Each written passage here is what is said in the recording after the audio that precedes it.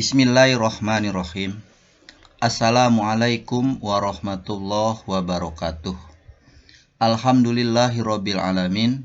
Allahumma sholli ala sayyidina Muhammad wa ala alihi wa ashabihi ajmain, amma ba'du. Alhamdulillah, puji syukur kehadirat Allah Subhanahu wa taala. Pada kesempatan ini kita dapat kembali bertemu dalam pelajaran pendidikan agama Islam SMA SMK kelas 10 bab ke-7 tentang menganalisa kewajiban menuntut ilmu untuk membela agama. Berdasarkan KIKD 3.7, menganalisa kewajiban menuntut ilmu untuk membela agama sesuai perintah Quran surat At-Taubah ayat 122 dan hadis Rasulullah Shallallahu Alaihi Wasallam. Memahami makna menuntut ilmu dan keutamaannya. 1. Kewajiban menuntut ilmu. Kata ilmu berasal dari bahasa Arab, masdar dari alima ya'lamu, yang berarti tahu atau mengetahui.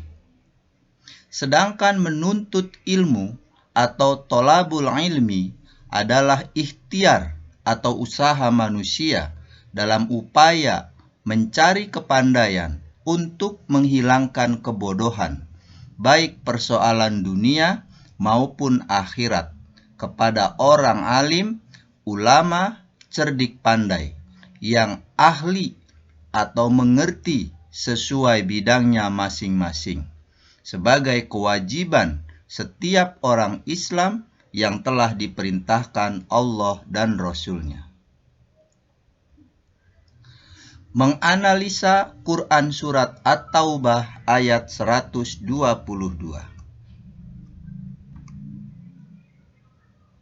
Mari kita baca perlahan-lahan Quran surat At-Taubah ayat 122 tentang ilmu pengetahuan.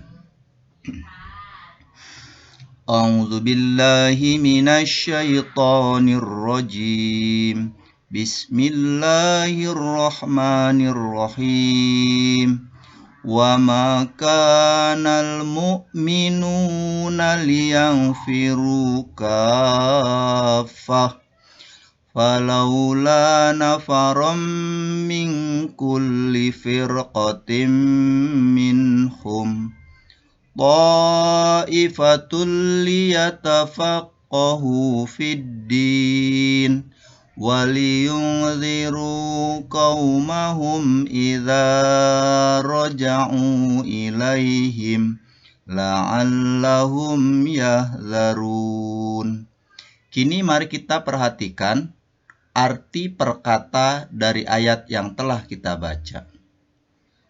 Wa ma kana, dan tidaklah patut, al-mu'minuna, orang-orang yang beriman, liyanfiru, untuk pergi ke medan perang, kafah, seluruhnya. Falaula, mengapa tidak, nafaro, keluar atau pergi, mingkulli, dari tiap-tiap, firqotin, kelompok, minhum, dari mereka, ta'ifatun, segolongan, liyatafaqahu, untuk memperdalam, fiddin, di dalam ilmu agama, waliyungziru, dan untuk memberi peringatan, qaumahum, kaum mereka, idza, apabila, roja'u, mereka kembali, ilaihim, kepada mereka, la'allahum, agar mereka, yahzarun, berhati-hati atau menjaga diri. Kemudian kita perhatikan arti secara lengkapnya. Dan tidak sepatutnya orang-orang mukmin itu semuanya pergi ke medan perang. Mengapa sebagian dari setiap golongan di antara mereka tidak pergi untuk memperdalam pengetahuan agama mereka dan untuk memberi peringatan kepada kaumnya apabila mereka telah kembali, agar mereka dapat menjaga diri. Quran Surat At-Taubah ayat 122.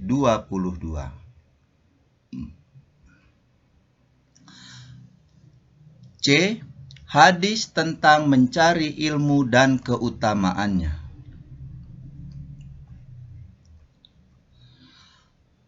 Rasulullah Shallallahu Alaihi Wasallam bersabda, "Tolabul ilmi faridatun ala kulli muslimin, wa inna tolabul ilmi yastaghfiru lahu kullu syai'in hattal haitanu fil bahr." Rawahu Ibnu Abdil Bar. Artinya, Rasulullah Shallallahu Alaihi Wasallam bersabda, mencari ilmu itu wajib bagi setiap muslim, dan sesungguhnya segala sesuatu hingga makhluk hidup di lautan meminta ampun bagi penuntut ilmu. Hadis riwayat Ibnu Abdul Bar. Hukum menuntut ilmu.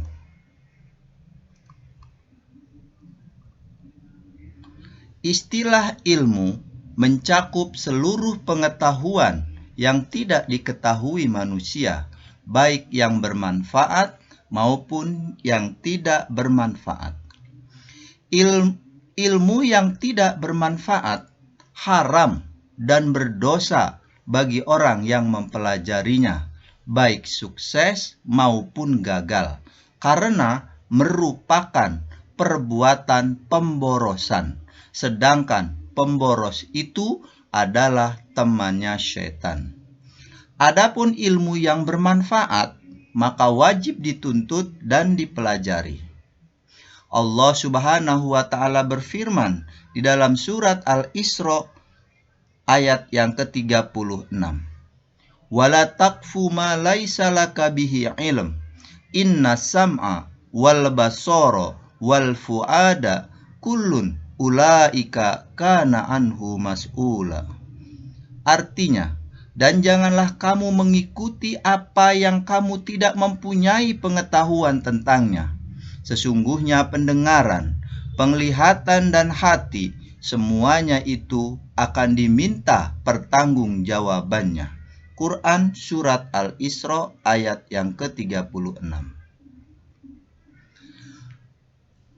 Hukum menuntut ilmu wajib itu terbagi atas dua bagian, yaitu fardu kifayah dan fardu ain.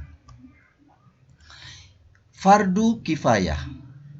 Hukum menuntut ilmu fardu kifayah berlaku untuk ilmu-ilmu yang harus ada di kalangan umat Islam, sebagaimana juga dimiliki dan dikuasai golongan orang-orang kafir, seperti ilmu kedokteran, perindustrian, ilmu falak, ilmu eksakta, serta ilmu-ilmu lain.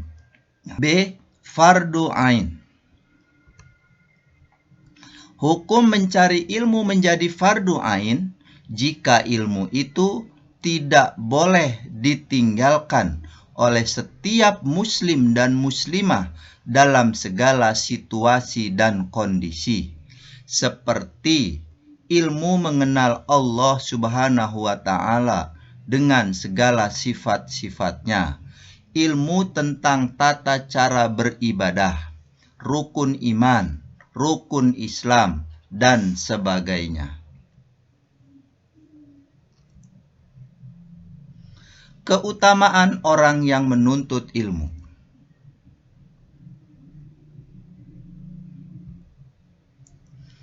Orang yang menuntut ilmu dan mengajarkannya diberikan keutamaan oleh Allah Subhanahu wa Ta'ala dan Rasul-Nya dengan derajat yang tinggi di sisi Allah Subhanahu wa Ta'ala. Di antara keutamaan-keutamaan orang yang menuntut ilmu dan yang mengajarkannya adalah sebagai berikut. 1. Akan mendatangkan kebaikan yang banyak. Rasulullah Shallallahu Alaihi Wasallam bersabda, "May yuridillahu bihi khairon yufaqqihhu fiddin." Artinya, barang siapa yang Allah kehendaki kebaikan kepadanya, niscaya Allah akan pahamkan dia tentang agamanya. Hadis riwayat muttafaqun alaih dari Muawiyah.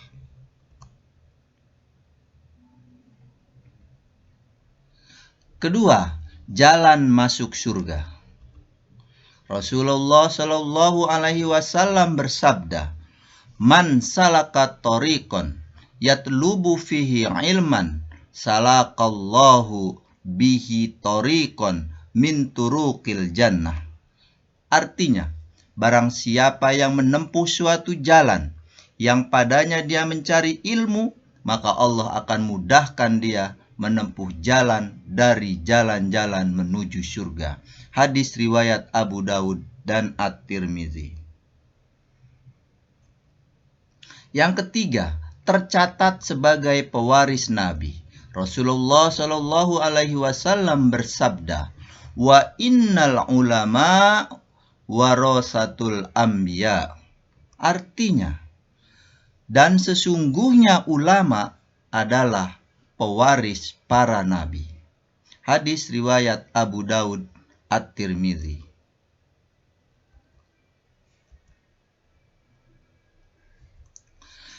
4.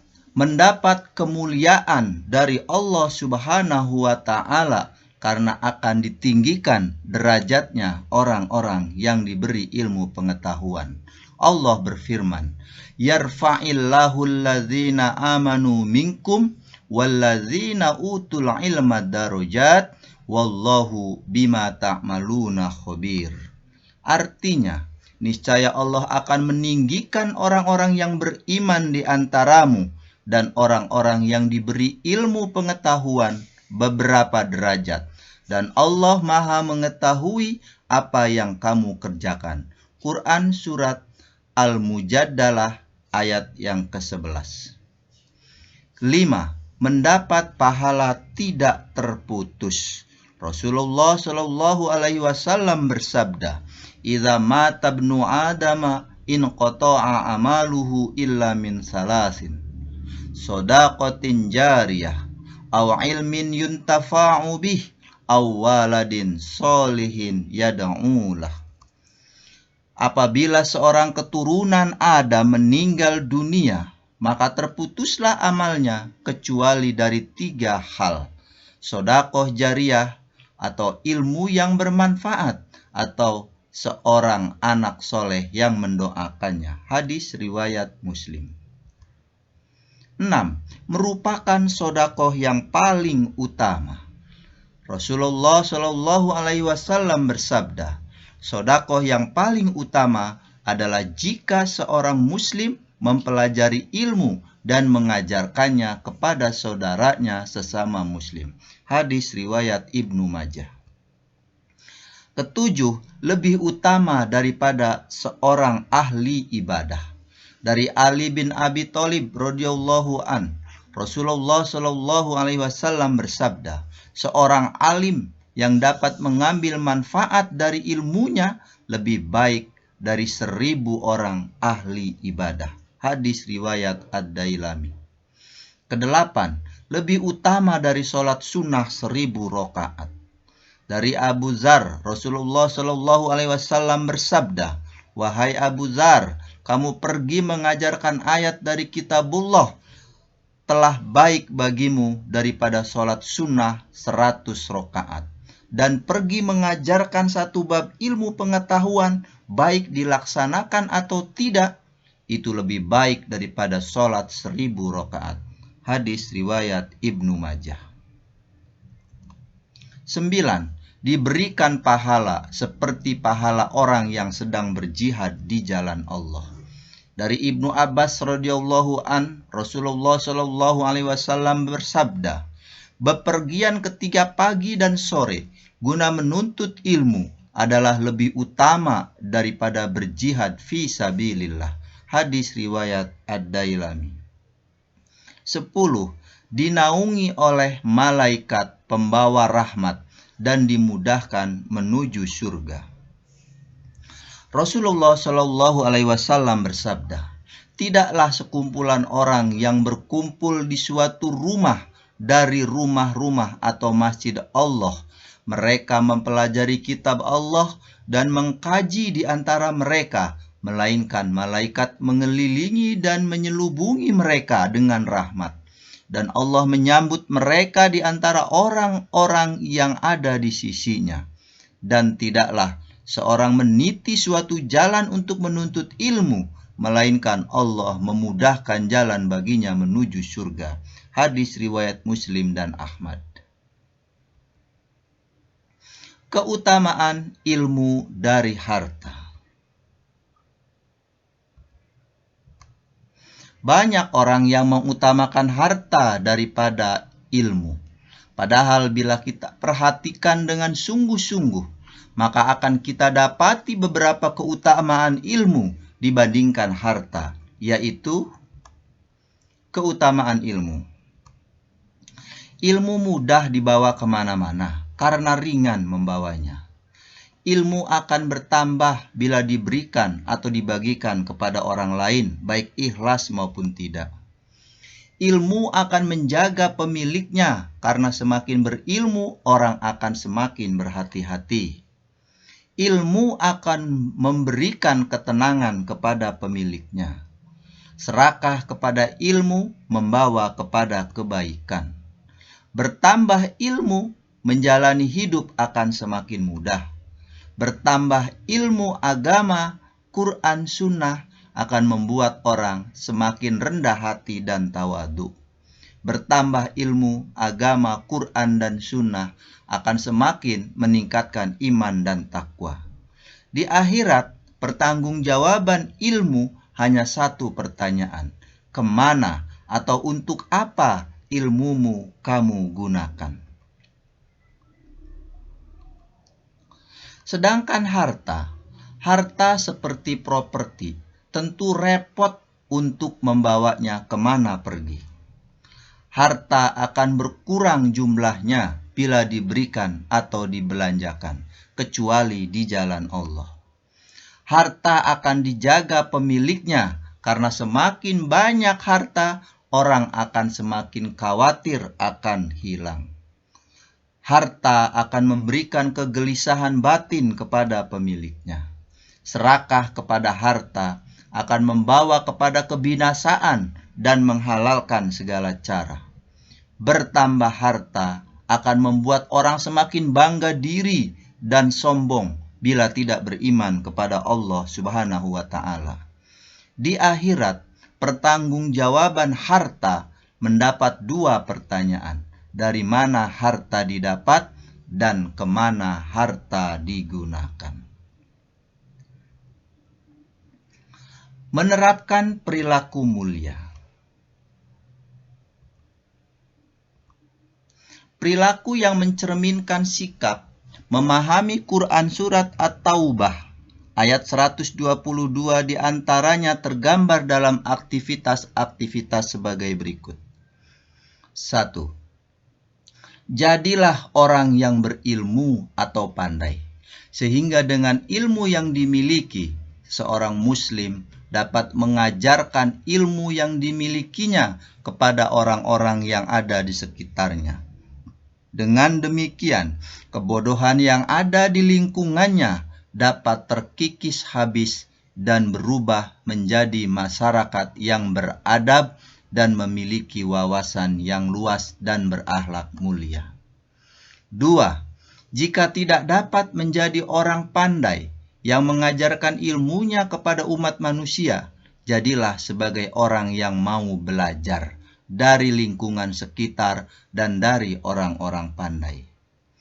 Ketiga, jika tidak dapat menjadi orang yang belajar, jadilah sebagai orang yang mau mendengarkan ilmu pengetahuan. Setidaknya, jika kita mau mendengarkan ilmu pengetahuan, kita dapat mengambil hikmah dari materi yang kita dengar.